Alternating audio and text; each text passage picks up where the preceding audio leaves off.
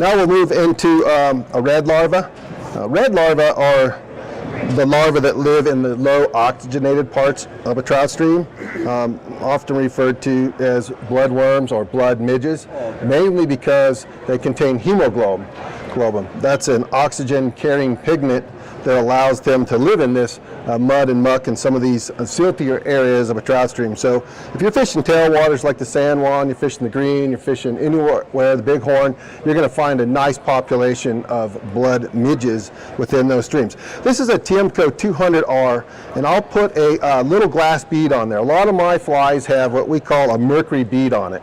This little bead simulates the gas bubble in the thorax of an emerging midge. So this becomes a trigger or just a lifelike portrayal of the actual emerging insect. This is 8/0 red thread, so we'll begin with a jam knot behind that. I typically tie these in sizes 18 through 22.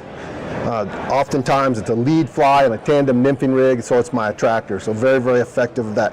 Oftentimes in the shoulder seasons, a lot of anglers will opt to fish like an egg midge combo, egg Baetis combo. After the fish have gotten used to seeing a lot of egg patterns, I'll usually get rid of the egg pattern and I'll go with a red larva. It's a very, very effective strategy on a wide range of tailwater fisheries. I'm going to use some small UTC gold wire for the rib on this. Again, a very simple pattern, but no less effective. I've caught fish in just about any tailwater setting, from the Bighorn, San Juan, the Green, to my home waters on the South Platte with this pattern. So we're going to begin by attaching that gold wire on the top of the hook, and then just advancing that thread back towards hook bend. Once again, using symmetrical wraps, touching wraps right back towards the rear of the hook. And then we'll advance this thread back forward up towards the mercury bead itself. Then we're going to counter rib this, again trying to get a bit of segmentation. We don't want these to be touching wraps like a South Platte Brassy. We just want a little hint of segmentation here to indicate that this is a midge larva. The final step now will be to take a small bit of peacock. We're going to take a collar with the peacock here behind the mercury bead.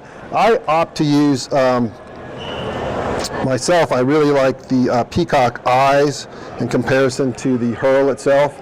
And it allows you to size it up. If you look at this piece of peacock herl here, if we look down on the bottom, there is, like some 24s, and as we progress up the stem itself, you can see we'll get up into the 18. So it's kind of odd that Mother Nature actually sized the herl for you, but that's one thing that I like about that particular way of choosing your peacock herl. So what we'll do here is we'll take a piece of peacock herl, and if you analyze the actual material itself and you look at the butt end of this versus the tip is going to be a lot more flexible. The stalk is much wider on the back end of this, so that when you're wrapping that forward, you're going to mash down the fibers. So that's why I like to use the tip. For those two reasons right there, we'll tie this in right behind the, try that again, that didn't work out so good. And then we're going to take and just palmer that forward.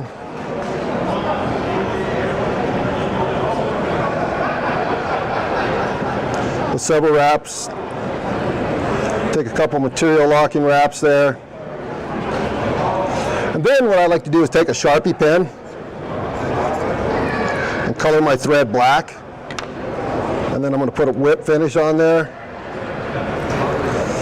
And we'll have our completed fly. So very simple, very effective, little bloodworm imitation. So those are the two larvas that I would recommend, is that pale olive larva and then the red larva. Certainly not the only patterns that you would carry in your tailwater box, but certainly two good starting points.